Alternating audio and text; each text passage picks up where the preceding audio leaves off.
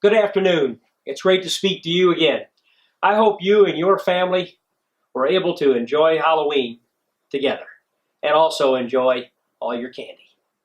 There are some important items to cover in this week's video, including another excessive chemical dump into our waterway from U.S. Steel and some further items regarding IDEM's report of ArcelorMittal's cyanide and ammonia exceedance. Also, Central Avenue East and Crisman Road project updates, leaf pickup, and the newly released police app. So let's get started. Last week, IDEM, Indiana's Department of Environmental Management, reported on the violation of ArcelorMittal's August permit violation. In the report, IDEM condemns Arcel on a list of almost 50 different violations. Of these, many include employee safety risk, environmental risk, permit violations of certain outfalls, policy and procedure violations, and much more. As you know, I have been spearheading for Arcel to be appropriately fined for these violations, to replenish our fish supply, and to adhere to tighter regulations from IDEM and the EPA. I instituted a contact procedure for local mills to follow. The procedure includes for the mills to contact 911 when a spill or dump comes about. When 911 is contacted, they will contact our fire department, who then contact myself. Our pre-treatment coordinator is also notified when such events happen, as well as entities like Indiana American Water, so that we can take precautionary measures in keeping our drinking water safe. Currently, there are no fine amounts in the report from IDEM. However, as this litigation continues, I will continue to pursue the highest fees possible, in addition to the other requests already made. Next, U.S. Steel. I learned this past week that U.S. Steel experienced a release of excessive chromium into our water system. This is the same chemical released in extreme excess in 2017. In response to the exceedance, Indiana American Water shut down their Ogden Dune treatment plant and redirected their intake to another location. As I have stated, I find this continued behavior from our local mills unacceptable. While I am aware accidents can occur, I still believe that accidents like these are 100% avoidable. IDEM continues to investigate the failure at U.S. Steel, and cleanup efforts have already taken place.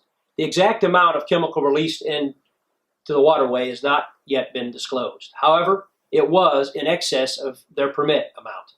For those wondering what chromium is, it is a compound that acts as pigment in things like paint, ink, or plastic, and an anti-corrosive agent in paints and primers. I know many of you are concerned that such chemicals should never enter our waterway.